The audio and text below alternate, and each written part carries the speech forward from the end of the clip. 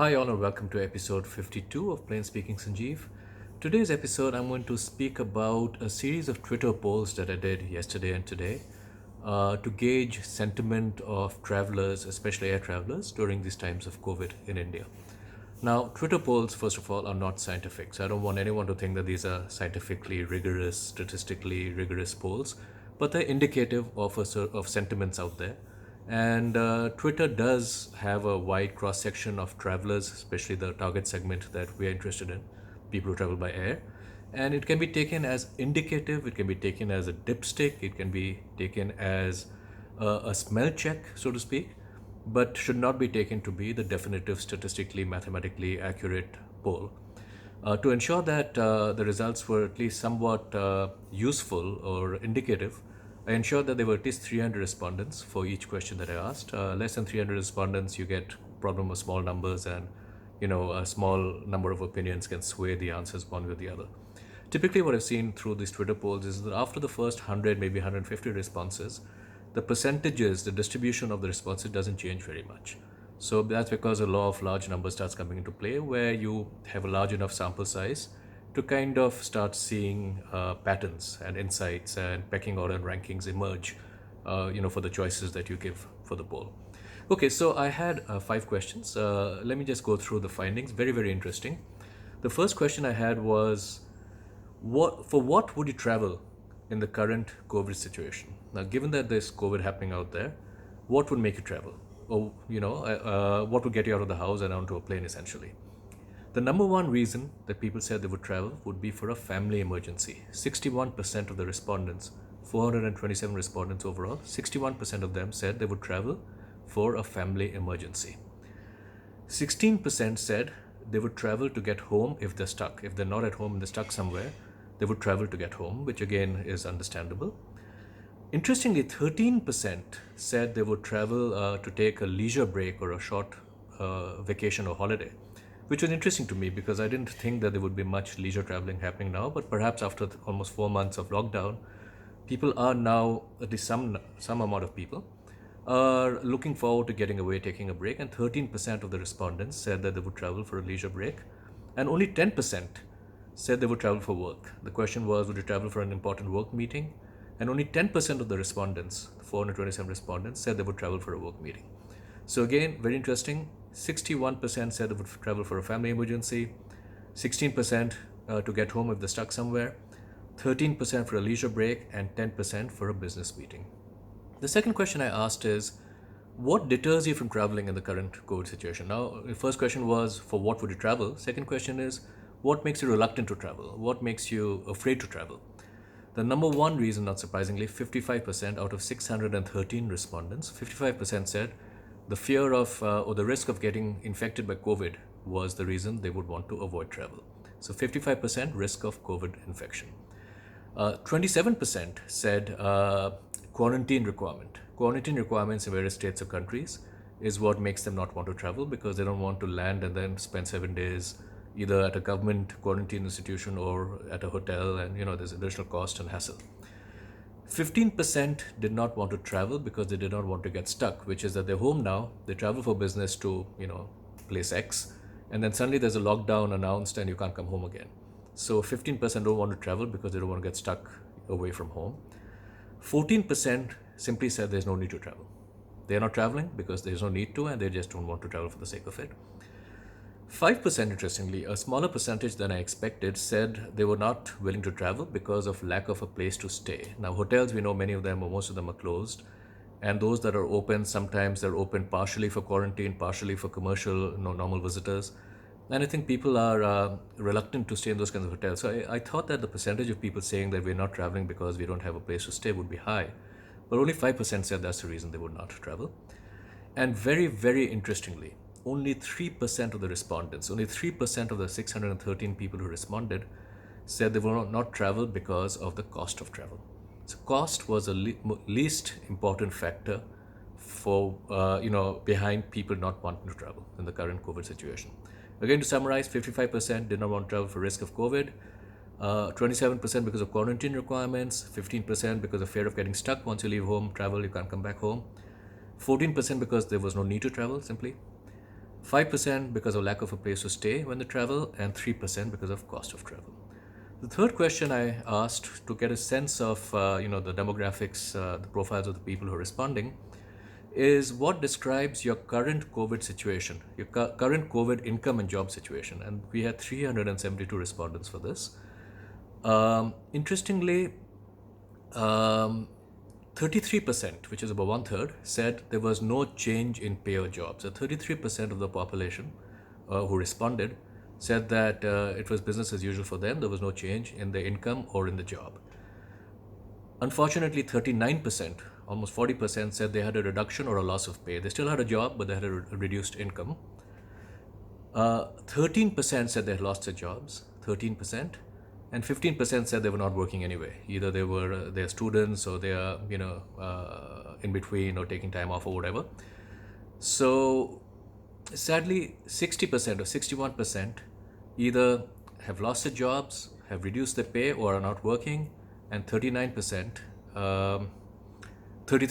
have no change in the pay or job. So let me recap the numbers again. I might have confused it a bit.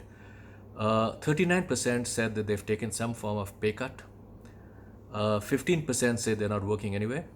13% have lost their jobs, and 33% or one third said there was no change in the job or pay cut.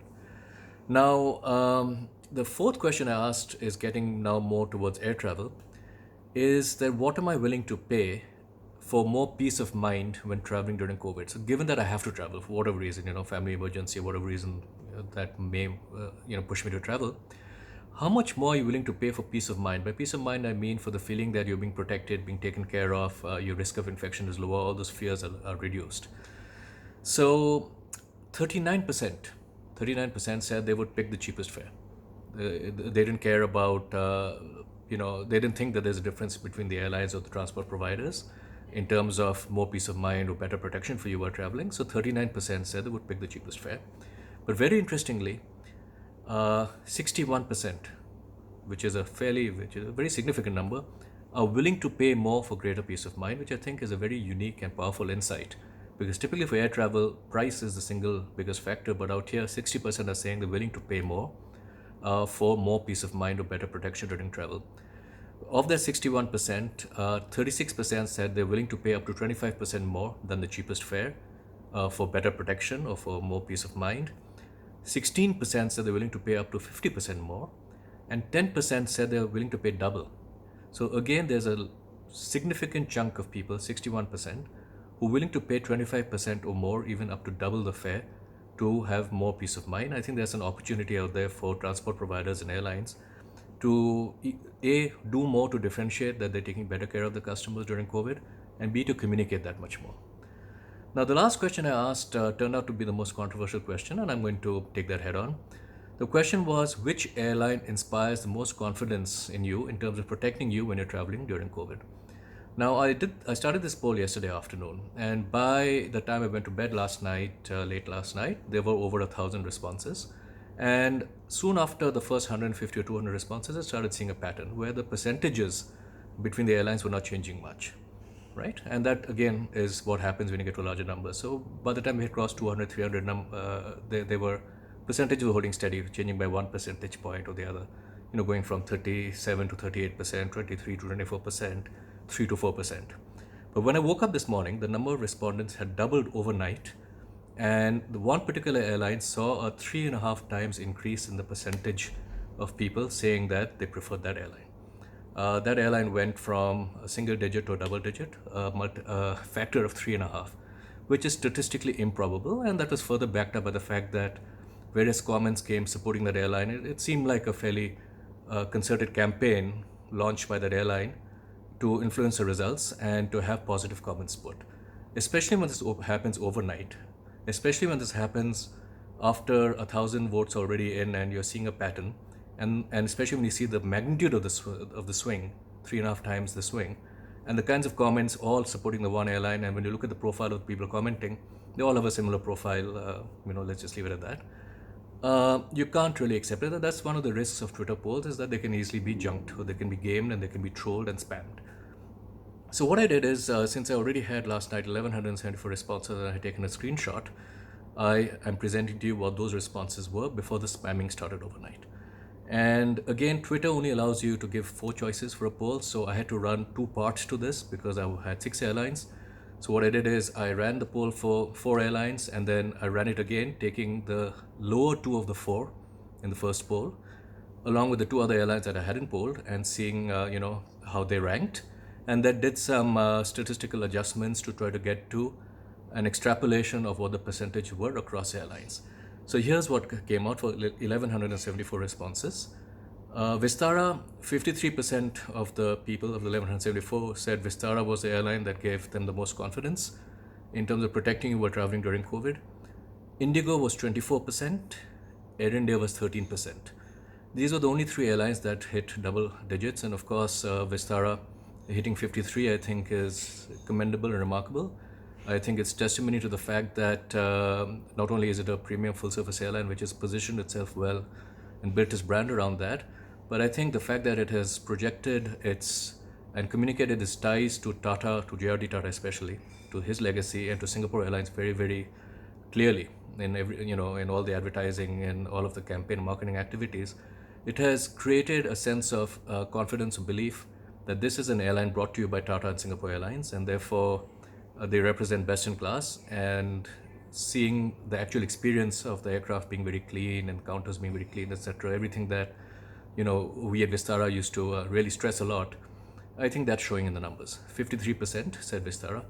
Indigo 24%, which is again for an LCC, I think it's a very good number. Indigo is or has been for the longest time known for very clean aircraft, clean cabins, focus on efficiency and hygiene, and I think that reflects. It doesn't match the 53% of Vistara, but 24% is a good number, especially for an LCC. And Air India is 13%. Again, for an FSC, one would hope it would be higher, but it still is a double-digit number, and it suggests that people still have confidence in Air India. It's a good brand. It's been doing majority of the Vande Bharat flights, and I think it has gained, a good reputation from that, and it has gained people's confidence. So again, out of the 1174, you have 53% Vistara, 24% Indigo, 13% Air India. The next 3, number 4, 5, and 6, were SpiceJet, 4%, and then AirAsia, India, and Go Ahead tied at 3% each. And these are all 3 are LCCs. I don't want to comment too much on what might be behind these, other than the fact that perhaps some more effort could be put into branding and communicating the fact that they run very clean and safe environments. And any tactical campaign today can only go so far, because brand perceptions are set over time, and it's very hard to just change the brand perception overnight, as I had talked to you about. But it does suggest that perhaps over time, going forward, once you're out of this crisis, there are certain airlines that can invest more in building the brand, so that when things get tough and people have to choose and there's not enough demand out there to fill all the planes, you can attract more customers, or disproportionate share of customers. Now, the eventual takeaway from all this is that people are reluctant to travel, but they will travel for emergencies and for certain other reasons. They are not 60% are willing to pay a premium for a safer travel experience in terms of protection against COVID. And the airlines that have done a good job in communicating that they run clean, efficient, hygienic, wholesome operations, who've done a good job over time of communicating that, seem to be gaining the confidence, or seem to have the confidence of the general population more. So that's it. Thank you again for listening to this. And once again, the experience I saw with the one airline, the spamming and then the trolling this morning, when I called out the spam and I said, look, I'm going to stop the poll last night, because there's no way statistically that you can have one airline triple its percentage. And the kind of trolling that my action generated was really regrettable. And I hope that airlines understand that this is not something that we should take too lightly. We should introspect if the numbers are not coming out the way we would want them to come out. Introspect and try to fix what might be broken, rather than try to game the results or try to influence the results, and then attack or troll those who call them out for influencing or gaming. So that's it. Hope that was useful. I will post the results on Twitter today. I'm sure you see a lot of people attacking me, because I saw what happened this morning. But that's you need to take that as part of the experience of being on social media. Unfortunately, trolling is a terrible part of it, but it is what it is. I don't block people unless they do one of three or four things. If they're abusive or disrespectful, I block. If they're trolling or bad mouthing or slandering, I block. Or if they are simply not adding to the contribution, but constantly not adding to the conversation, but constantly making irrelevant remarks and distracting from the conversation, I block. So I will be blocking those who come out trolling. And in fact, as I keep saying, it's a good way to draw out the trolls because you can clearly see who they are and block them, and therefore reduce the number of trolls going forward. So that's it. Hope this was useful. Take care and see you again next episode. Bye.